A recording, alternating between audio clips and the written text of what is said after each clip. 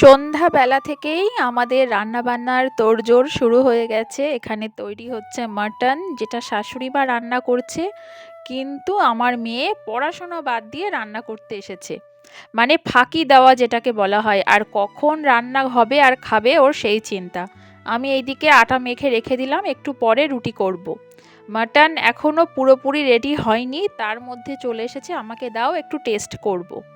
এখন মামা শ্বশুর গেছিলো একটু আমার বাবার বাড়িতে ঘুরতে, তো চলেও এসেছে। এখন খাবার দিয়ে দেবো, বেশ রাত হয়ে গেছে। মাটন আর রুটি। এখানে এই যে আমার মামা শ্বশুর বসে আছে, আমি একটু ভিডিও করছি, উনি হাসছে। উনি একজন ডক্টর, আর দিল্লিতে থাকে। কোনো দিন আমাদের বাড়িতে আসেনি, এই প্রথম। ওই ভিডিও কলে কথা হতো।